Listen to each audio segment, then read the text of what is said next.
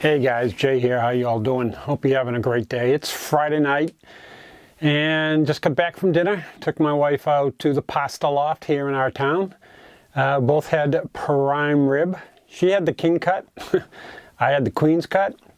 But when they brought it, you couldn't tell the difference. They both looked like queen's cut. But it was good. Very tasty. Let's see. Wednesday was my golf league. And the kid I'm playing against, he's about 15 years younger than me, probably about an inch or two taller, and I'm at 6'1½", so he's probably about 6'3", maybe. And man, can he hit the golf ball. He outdrives me at least 30, 40 yards on all the par fours. But this time I prevailed. I beat him by 2 strokes. We both carry a 3.8 handicap in our golf league for 9 holes. So we're pretty evenly matched. And he hit a couple balls. He had a couple of penalty shots. Hit a couple one out of bounds and another one in the water. So that kind of gave me a little bit of an advantage. Also got a birdie, which right now in the league I'm leading the birdie pool.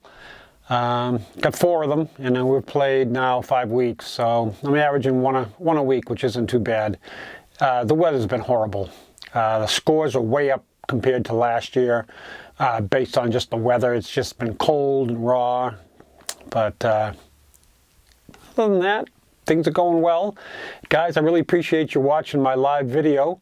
A couple of times, we're just kind of trying to learn how to get them up there, and we did it, so probably have another one soon. Mother's Day is Sunday, so probably won't do that.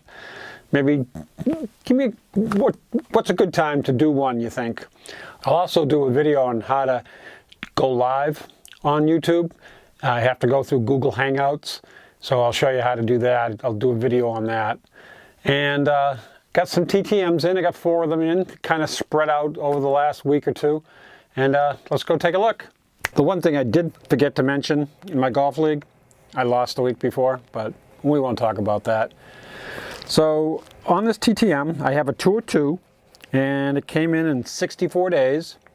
This player, when he grew up, he learned how to play ball by hitting bottle caps and corks with a broomstick. He came from the barrio.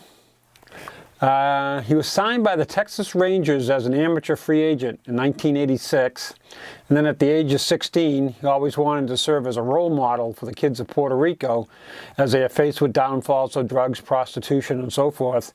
So he avoided the temptations growing up. His father was a math teacher and his mother a housewife, but they made sure that him and his 2 sisters were properly cared for and stayed away from negative influences. So he had a good upbringing, and I think today he really watches out after the kids and so forth. In his youth league, he batted cleanup behind the Yankees center fielder Bernie Williams, and both competed against their future teammate Ivan Rodriguez. So, to no avail, this player, he was a 3-time All-Star, 2-time American League MVP, 6-time Silver Slugger Award winner, 2-time American League home run leader, American League RBI leader, and he's a Texas Rangers Hall of Famer, none other than Juan Gonzalez. This is his 1993 SP. Thought that came out pretty good in blue. And I also had him asked him to sign 1990 Flair. Thought that came out nice. I was wondering why it took so long, because everybody was getting his returns back fairly quickly. But I also saw a post where they had said that he had gone to the World Baseball Classic, so that was kind of the delay in that. Next up is a 2 of 2, 32 days. This player graduated from Louisiana State University, and I know Orioles Sports Cards 14 will know who this guy is. He's 6'7", led the '88 U.S. Olympic team to a gold medal, winning complete games against South Korea and Puerto Rico. Then during his first 3 college career days in LSU, twice he helped his team reach the College World Series. He did give up a notable walk-off grand slam to Paul Carey in the '87 series. His best collegiate season was in '89 when he finished 14-4. Let's see, some of his big accomplishments. He joined the Orioles starting rotation in '90, and in his first major league start in July, he threw a complete game shutout against the White Sox. And at the end of the season, he finished 8th in the Rookie of the Year voting, with the award going to that year catcher Sandy Alomar. McDonald would go on to spend 7 seasons with the Orioles before leaving as a free agent in '96 to join the Brewers.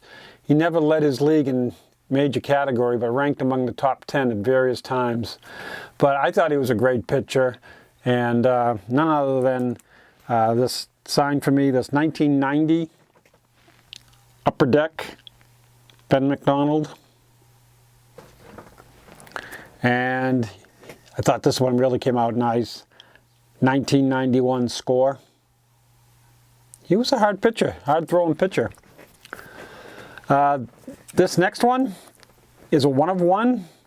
Came back in 35 days. He was touted as probably one of the best draft picks coming in for quarterback back in the day, back in 1998. Everybody had high hopes for him. But I think he got caught up in the partying and just became a party animal and just never became much of anything. Basically was a dud. He came out of, I think, Washington State, and I had seen that a lot of people were getting him back, so I said, hey, I got a couple of cards that just sitting around of his and not worth anything. And also I had, back in the 90s, trying to get a low serial numbered card was hard. So I was able to pull, I think it was a 1998 absolute numbered to 25 of him, and I thought that was going to be so great. I held on to it and held on to it, and then all of a sudden, of course, like the stock market does at times, in the housing market, it crashed, and I ended up selling it for a couple of bucks this fall. This is a 1998 Bowman, and of course it's none other than number 16, Ryan Leaf. So I thought that came out good. He's doing a good job. He's doing a lot of rehabilitation work for kids and so forth, and helping them out, trying to keep them on the straight and narrow. So I thought that was pretty good. This next TTM, 68 days. It's 2 of 2. It's a football player. He's a 2-time Pro Bowler, 3-time Super Bowl champion, 4-time AFC champion. He was voted on the All-1990s team for his team, also the All-2000 team for his team, and he's also been inducted into his team's Hall of Fame. He's from the University of Southern California, and he wore number 55, signing my classic pro line, number 55 linebacker Willie McGinnis. And he signed the 1996 Pinnacle for me, which I thought came out pretty decent in black. I always liked him. He was a hard hitter, and he does pretty good analysis now on TV. So, guys, I appreciate you watching. If you like this, give me a thumbs up. And if you haven't subscribed, please do. And guys, we're going to catch you later. Next video I've got up is I've got some PSA graded cards that came in. Do a video on that. And I just received a care package from Mike Line TV. It's a pretty big box. And then my wife bought me a box of 98 Bowman blaster box. So, guys, thanks again. Talk to you later. Bye.